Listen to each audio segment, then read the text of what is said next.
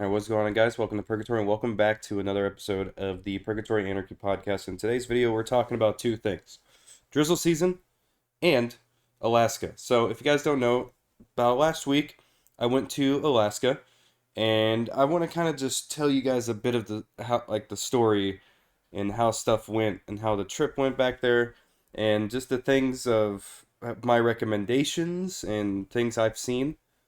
But first, let's talk about Drizzle season. We are currently a week away, so if you guys are in on the catalog and still working on the first catalog, make sure you get that finished. It is currently a 1.2 times right now for the catalog, so you can actually get a little bit of extra progression while you play this last week. On September 1st, that's when the new season starts with a new catalog, two new maps, I think 8 new kits, 2 new weapons. It's a bit of a dry season, but I think we're on the road to getting some interesting updates while the season goes out. Um, there's a bit of a rumor on the Japanese Splatoon like news account. The people that they're not officially with Nintendo, but they're kind of like a Japanese Charlie Intel. If anybody knows who Charlie Intel is here, look them up on Twitter. You'll probably see they're a huge news platform for Call of Duty, but it's very similar to that, but of course, in Japan. One of the tweets that was made is there's a huge rumor that Nogami, I think his name is, who's the director or like I believe that he's pretty much like the lead of Splatoon, the Splatoon franchise in general. He's been there since day one, and it's no different when it comes to Splatoon 3. But it says that he has a surprise for us, and we'll have to see what that surprise is. It could be as far as side order release, surprise release, like they did with Octo expansion. It could be something with have to do with the maps.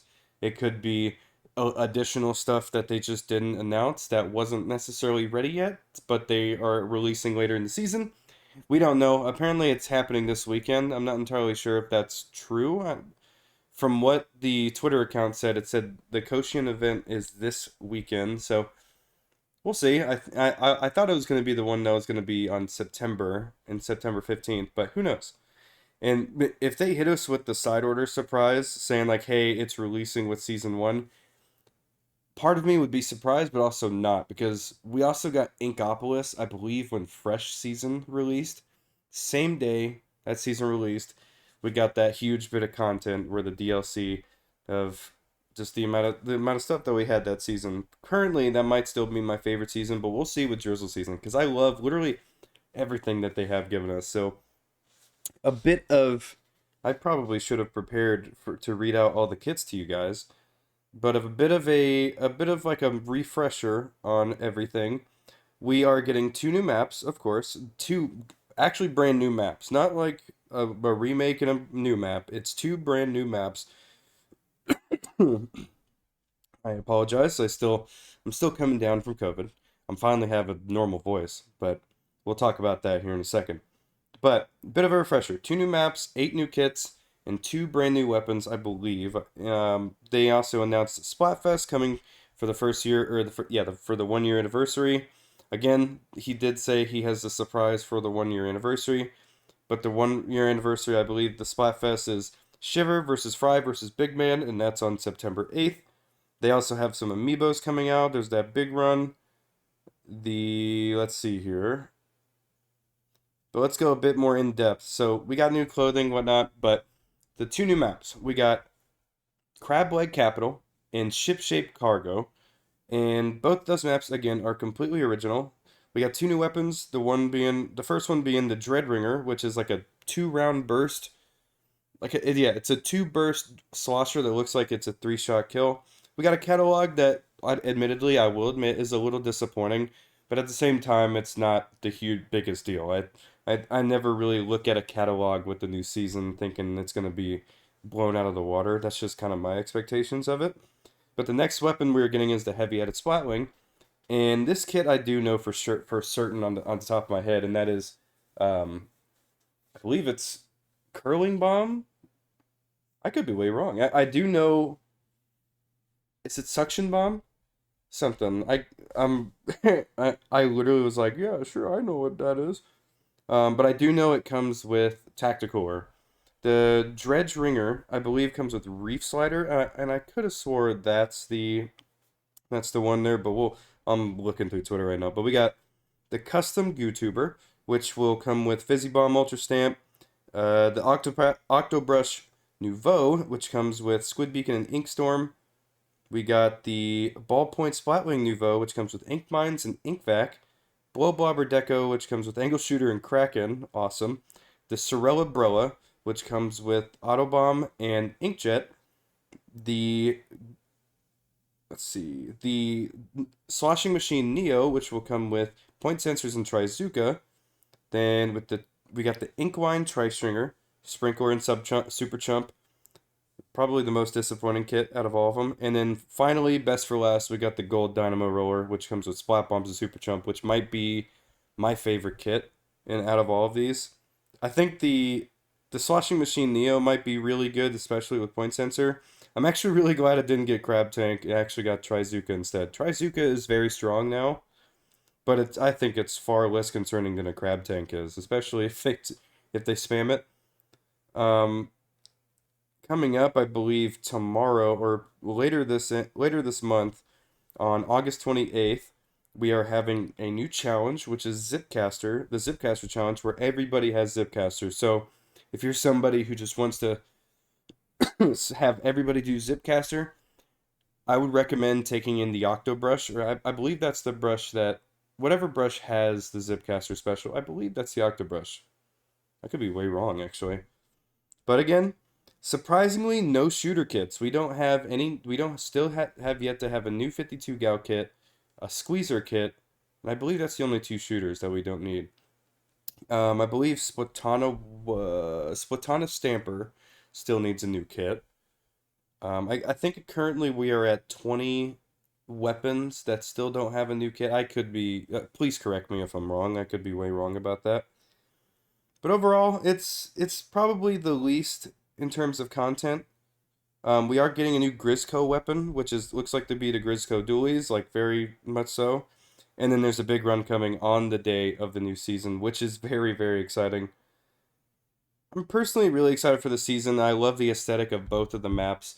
Again, heavy-headed Splatwing might be the weapon I use. Like it might be the weapon that I start the season with. But I'm really excited for the Dreadringer. I actually really look forward to using that. But overall, in terms of the content that we got, if I had to rate it, I personally would probably give it about a 6 or 7 out of 10, assuming we don't get some kind of like map overhaul or DLC or whatever's going on. Might be a 6 out of 10 for me. Might not be my least favorite season. I still think the season that we're currently on, Sizzle season, might be my least favorite. It's just a lot of stuff I wasn't too interested in, especially with kits. Some of the kits were fun, don't get me wrong, but I'm not huge on Humpback Pump Track and Barnacle and Dime. As much as I love the aesthetic, just that wasn't really a favorite of mine. It's a great map. I think it's probably one of the best maps, but it's not a personal favorite of mine. But yeah, so currently at a 6 out of 10. I think I give Sizzle season right now probably a 5 out of 10. I know it has probably the more kits than Drizzle season does, but I don't know. Some about Sizzle season did not want me coming back.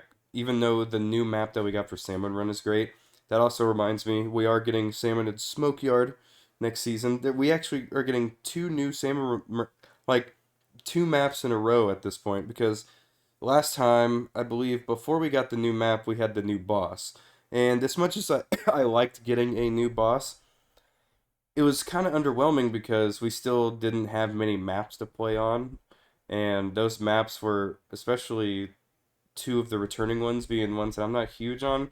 Marooner's Bay I like, but Spawning Grounds I hate. I mean, I learned how to play it a lot better, and it has grown on me, but I still don't like it anywhere near in comparison to the others. Still bottom of the list for me. I think my favorite still has to be Hydro Plant. But again, I'm excited for Salmon and Smokeyard. I really hope to see Arc Polaris in the future because I love the aesthetic of that map, and I think it would work perfectly. I'm surprised they haven't brought it back sooner. Knowing the campaign, if you guys know the campaign in this game, the Arc Polaris is a huge deal when it comes to the campaign. if especially if you read the Alternologues. But enough of that. I really hope that that's another map that returns. But at the same time, I do want a new map because I think the new maps that they're designing so far have been really good. I love Slam and Jam and Junction, Hydro Plant, Sockeye. Those are fantastic stages, and I think Salmon and Smokeyard is going to be amazing because I loved it in Splatoon 2. It was probably one of the hardest maps in Splatoon 2, but I think it's going to immediately become easier because of the fact that you have egg throwing, and so now you don't need to take the propeller platforms in order to launch eggs.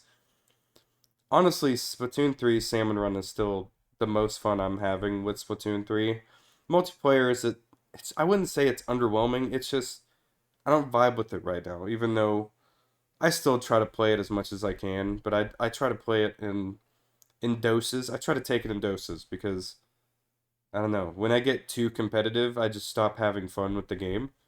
And so taking like kind of short spurts of breaks is has been pretty healthy on me mental wise. And it's actually been very helpful for me to get good content out for you guys, especially gameplays and whatnot. But again, I'm gonna move on from that. Hopefully, I'm really curious to see what you guys think of Drizzle season 2023 whenever that comes out. I'm heavily looking forward to it, especially with all the new kits that we're getting. I think it's really gonna throw a wrench. It's really just well, not a, I'm trying to see it's really gonna change up the pace. I feel like, especially with all the interesting kits that we have. I hope it doesn't become a very defensive, campy thing, even though I doubt it because this game still tells you to be very aggressive, and that's the only way you succeed.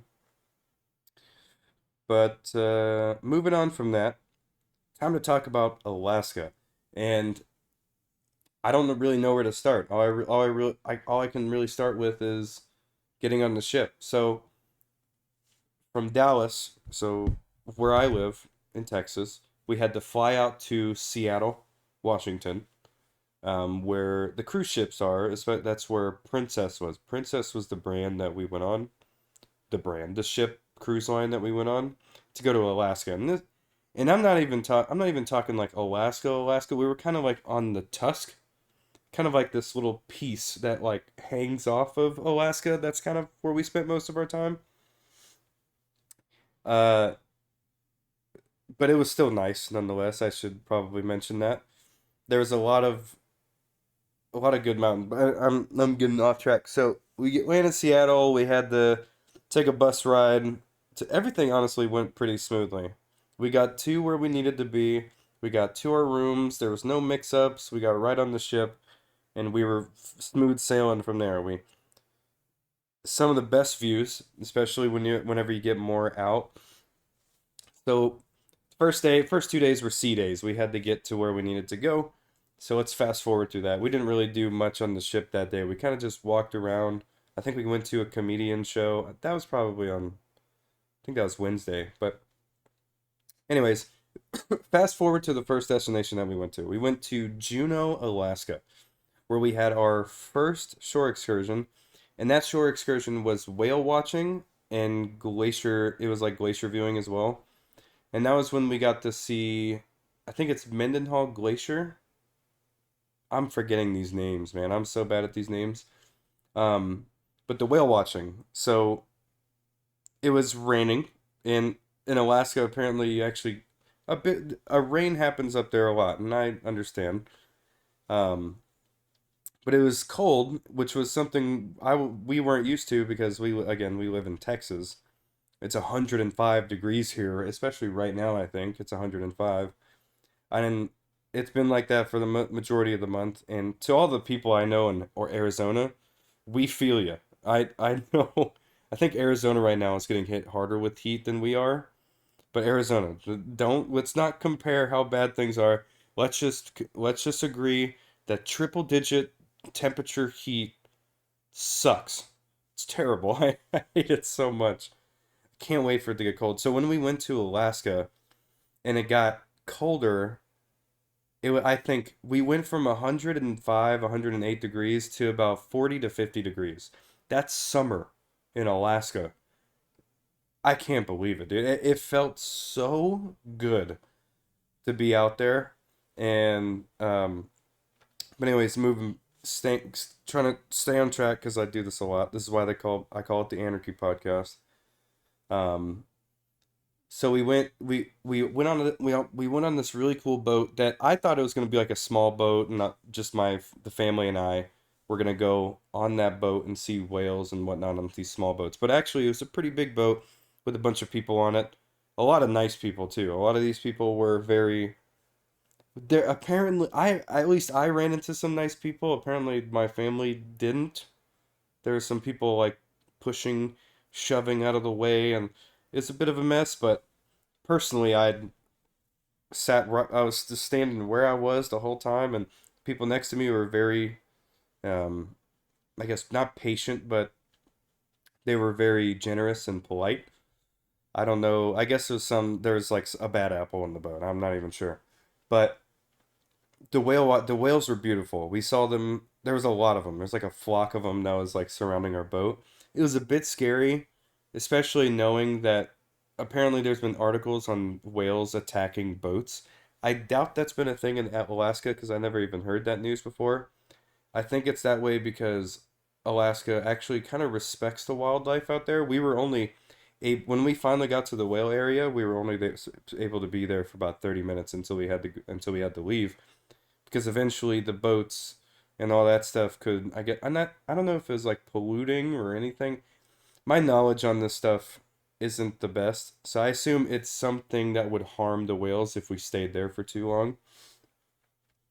So we saw a lot of poofs coming out of the water. You could see the whales kind of surface and breathe air a little bit, poof the water out, and you would see their tails go up and go into the water. And it was beautiful. It was Whales are such cool like sea creatures. I love them. They're great. They're great animals. The seeing them has been really nice. But even then, I wasn't even there for the whales, man. I was staring. Majority of my time was staring at the mountains. If you know Texas, you know it is flat. I know there's other states like Oklahoma, the states around me that are also pretty flat. But again, southern area, it's mostly flat. And so seeing a bunch of mountains, especially higher mountains than I've ever seen before, has was a breathtaking thing, especially when we arrived in Juneau. Back like going backwards a little bit, when we arrived in Juneau, first thing I did was I walked outside and I saw these mountains and I was blown away. But then it got even better. I went outside and like walked up the stairs to get to a higher deck on the ship. And as I was walking up the stairs, I looked up and I realized how big these mountains were. And they were beautiful. I cannot stress enough how beautiful this was. It's not very often where I get jaw dropped.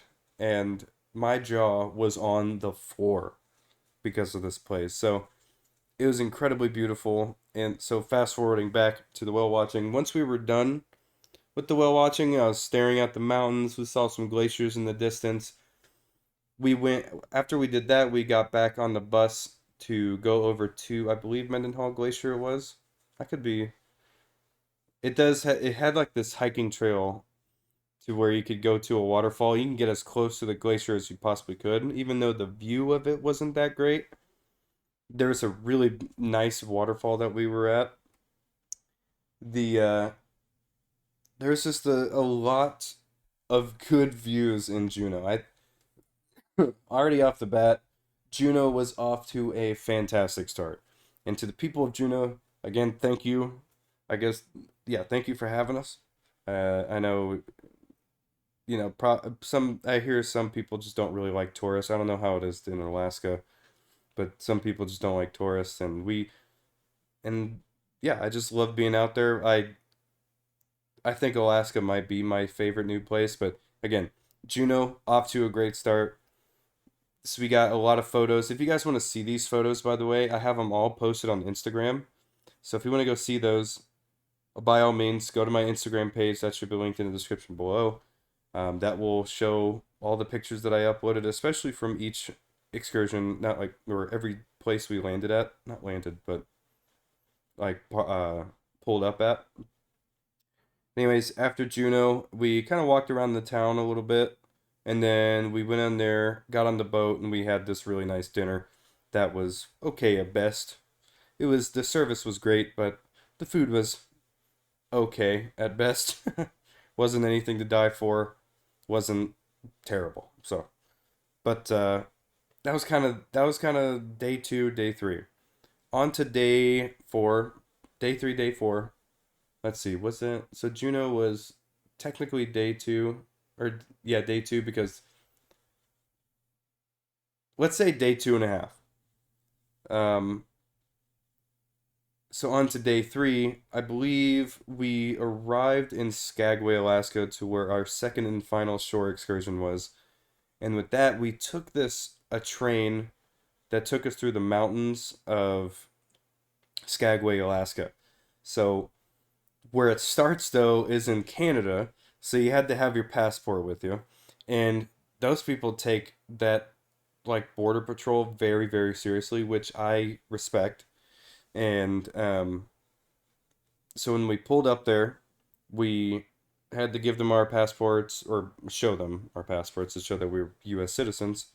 And we got on the train, and the train went, and it was pretty fairly slow, and it let us take a lot of time to get some great views. For the most part, it was pretty foggy, but whenever the fog would clear up in certain spots, again, breathtaking. It was something that you don't necessarily expect every time. It's especially because for someone of my background who lives in a hot, flat state.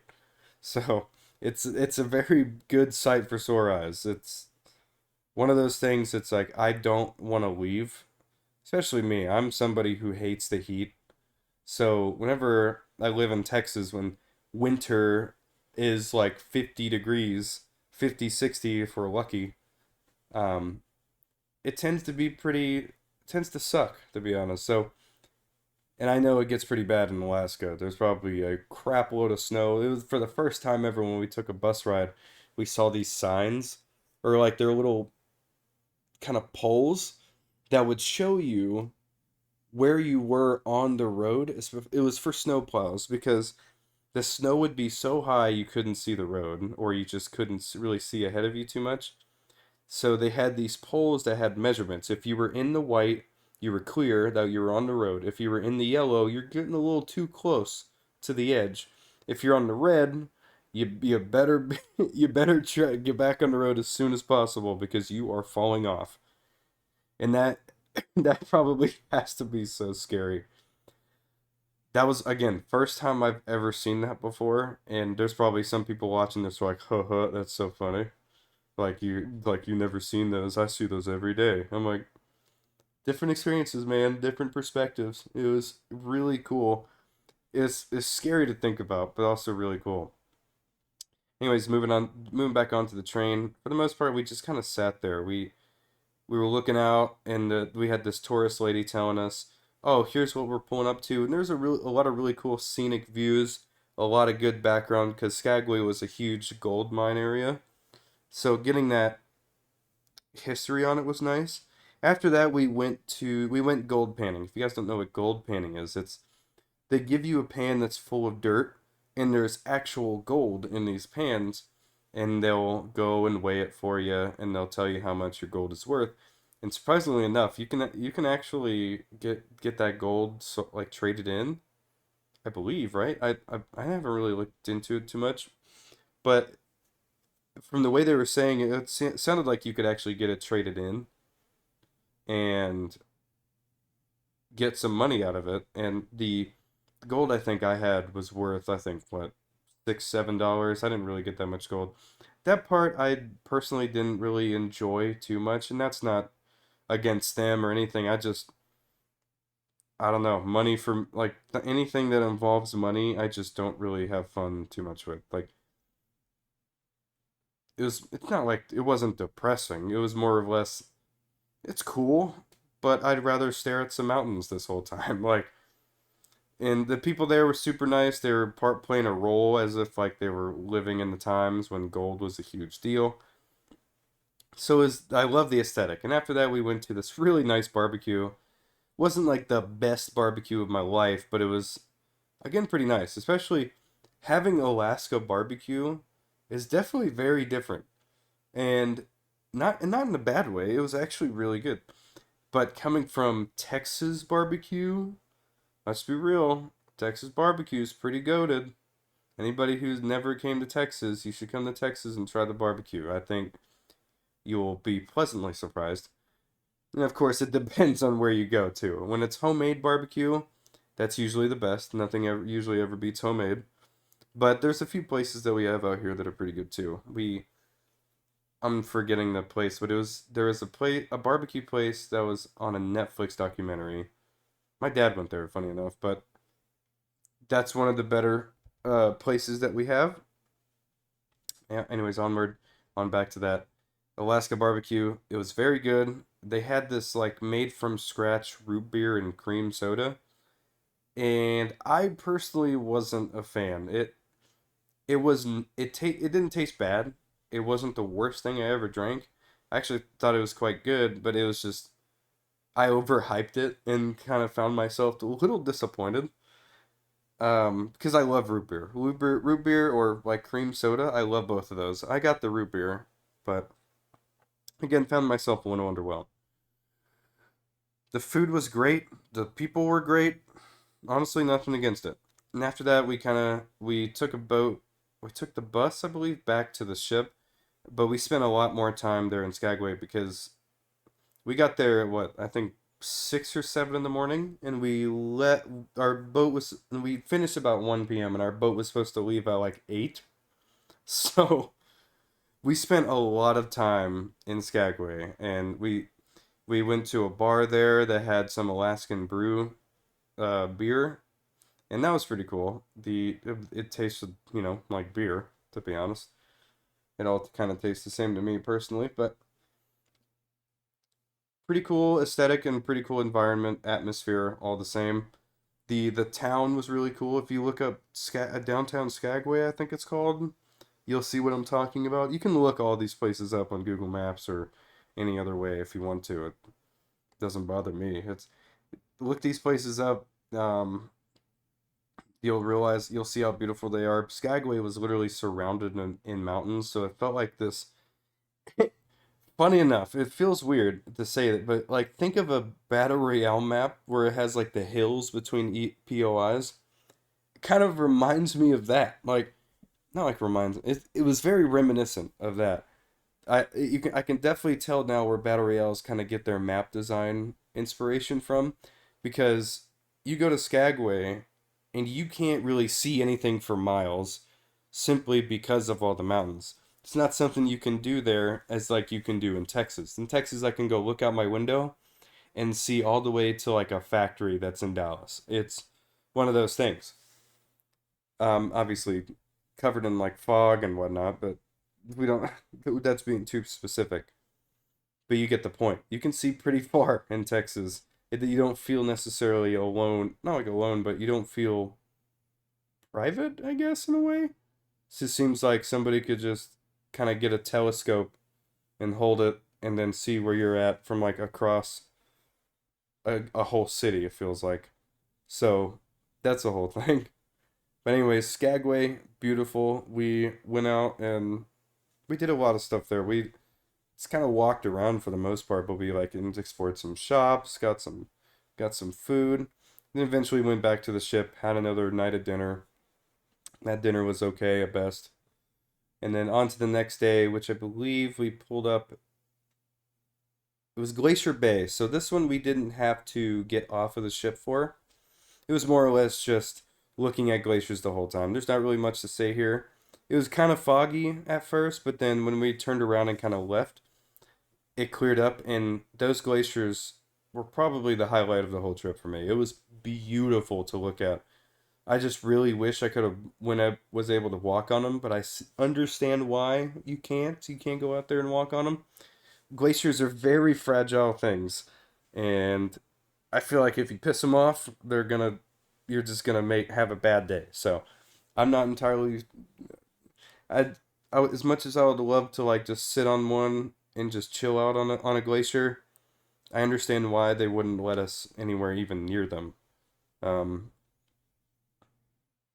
yeah, the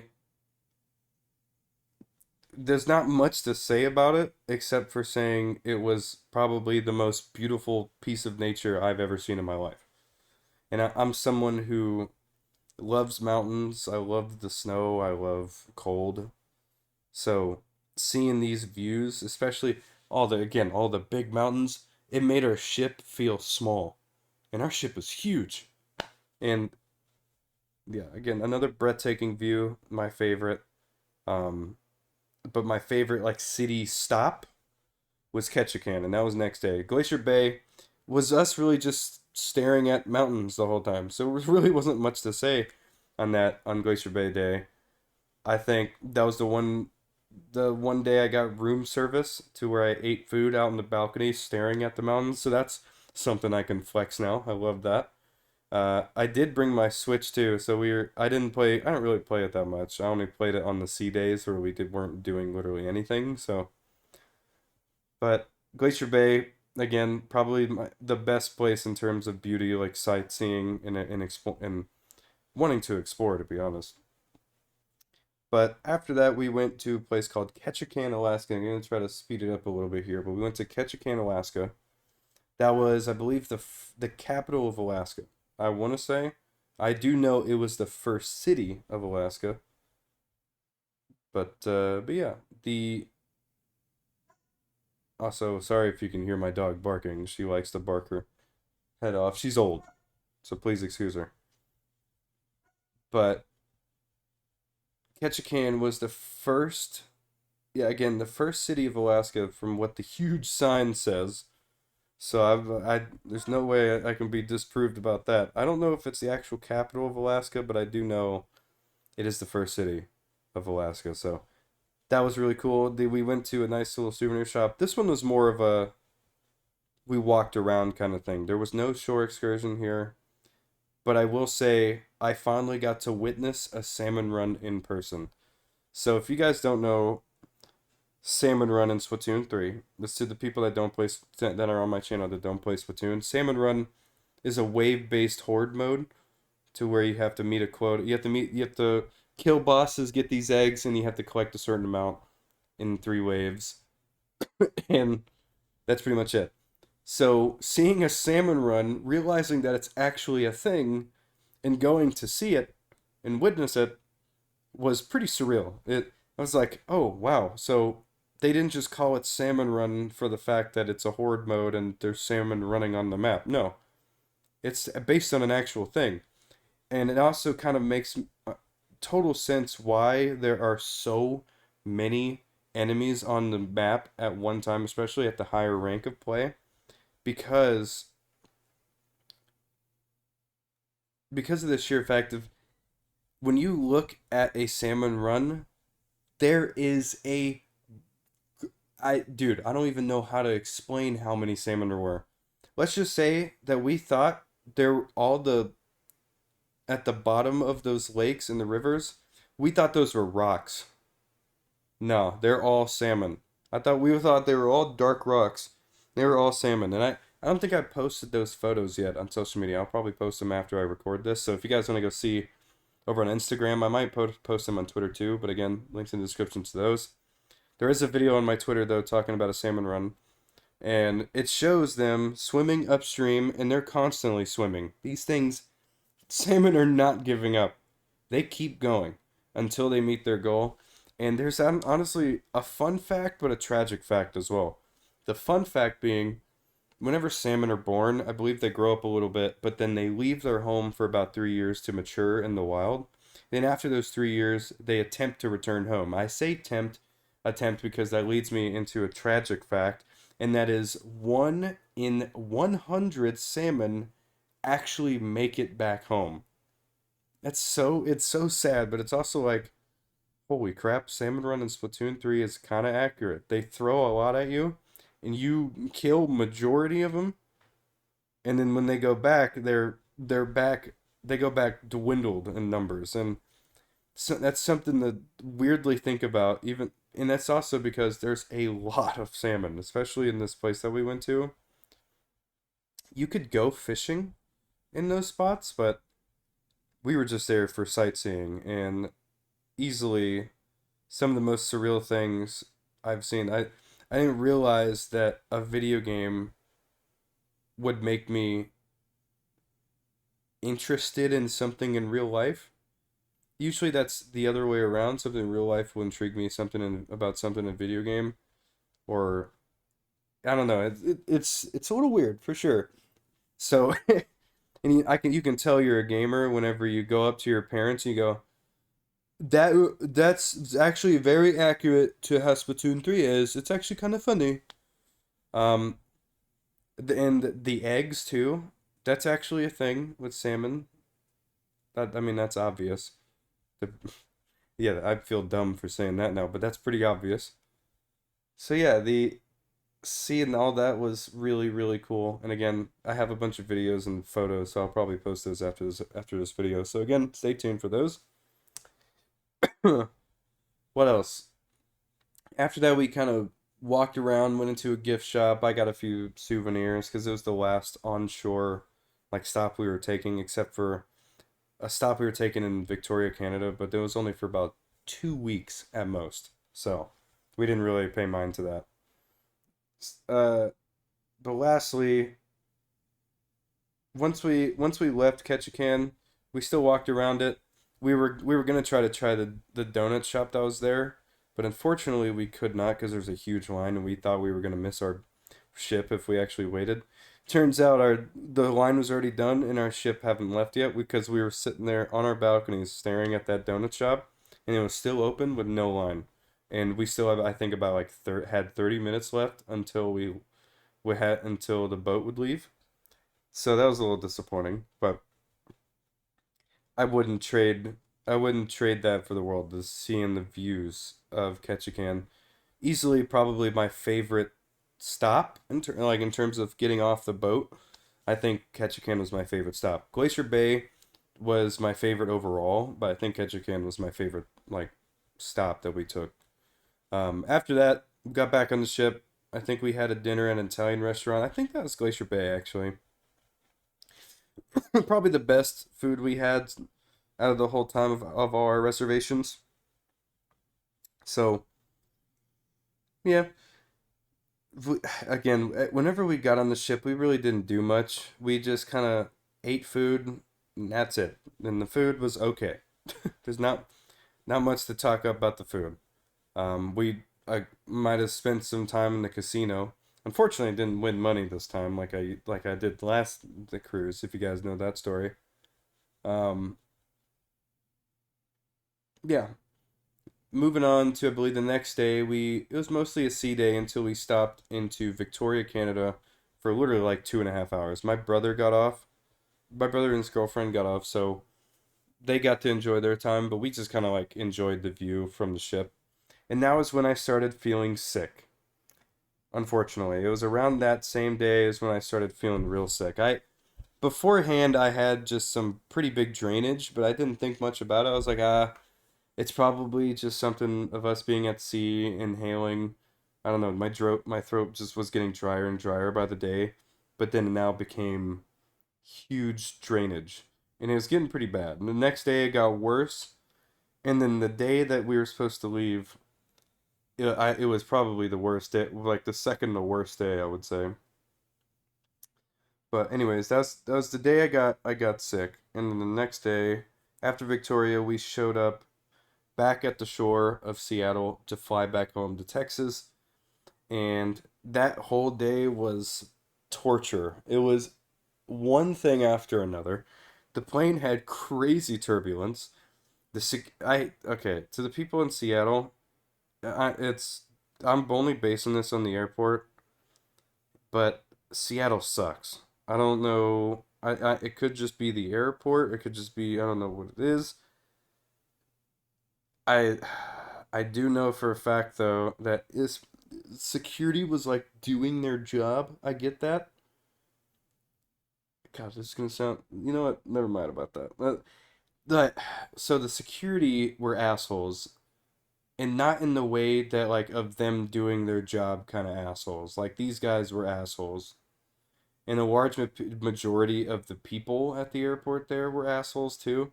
And of course, not everybody that is in an airport in Seattle is a person from Seattle. That's just not the case. We're from Texas, and we were flying back to Texas. Like that's just kind of how it is. So, but honestly, one of the worst airports I've ever been in, and I go to DFW Airport. I know what a shitty airport can be. Okay, and I think even then, DFW Airport's not even that bad. But Seattle, oh my gosh, that airport sucks. It was awful. Probably one of the worst airport experiences of my life. They had they had a point to where their computer would break, and then they pretty much, yeah, I'm not going to go into too much detail for the sake of, because it doesn't have me involved, but they had technology that broke. They would have we Oh my god, yeah, it was just a lot going on, but we eventually got on an airplane. Turbulence was awful, and then we landed in Texas. And that was when I was back greeted with the heat again. We walked outside and immediately hit with insane heat. I think it was I think we got there pretty late, so it was probably like around 98 degrees. Still hot. I hate. Oh my God. I was immediately I wanted to go back because having a week straight of pure cold and such good feelings and not feeling like shit every day. Oh man, it was so nice. The amount of times I would sit there and just enjoy the cold because I knew exactly what I was going back to whenever the vacation was ending is actually kind of ludicrous. But here we are now. We're back in Texas. I'm back at my setup. And the cruise was a lot of fun. It wasn't my favorite cruise line. I think the staff was incredibly friendly. They treated you like royalty on that damn ship. So I'm very grateful for the customer service. The food could have been better. The the overall, I mean, the ship was really clean. It was just more or less. I wish we had more time to spend in these areas that we stopped in. Because with Skagway was probably the longest we could stay, and Juneau was I think about 5 or 6 hours. I can't really remember. Skagway was probably the longest, maybe about being 10, 11 hours. And then we in Ketchikan, we were only there for I think 4 hours. Didn't feel like nearly enough time. And then Victoria, Canada was 2.5. It was the shortest amount of times I feel like we spent in an area. Glacier Bay, we were there for a majority of the day, so I didn't really knock that, especially since we were just there sitting on the ship the whole time. It was the scenic part of the cruise. But yeah, we're back to Texas, back greeted with the heat, and that was when I was met with the fact that I have COVID. I had COVID. I don't think I have it now. I think I'm good. I'm still a little bit recovering from it. With like I got a cough. Still a bit nasally, but for the most part, I think I'm back in good hands. Um, but when we got back, I was probably the worst I was feeling that same night, and we just do whatever. But I was like, I'm feeling way too sick. It's all the same COVIDs I had, or COVIDs. It's all the same symptoms I've had when I had COVID. So when I took the test and I saw, I was like, damn. So I immediately quarantined, stayed away from everybody. And the second day was probably the worst. I think I recorded a video that day. I was really surprised that I was able to do that. And ever since, I got a little better there. So I think I'm in a good state now to like actually try to actually get back and making good videos. But I'm also kind of waiting for Drizzle season to come out. So we're mostly doing topic of discussions here. Where this probably this week or the next week will be mostly about just talking about Drizzle season and Splatoon and all the stuff coming out. I do have some Salmon gameplays coming out, but we'll talk about that here. Wait, that's probably honestly we don't need to talk about that later. We got that out of the way. But yeah, I feel better. Alaska was hands down. As much as I loved being in Colorado, going to the Bahamas was beautiful.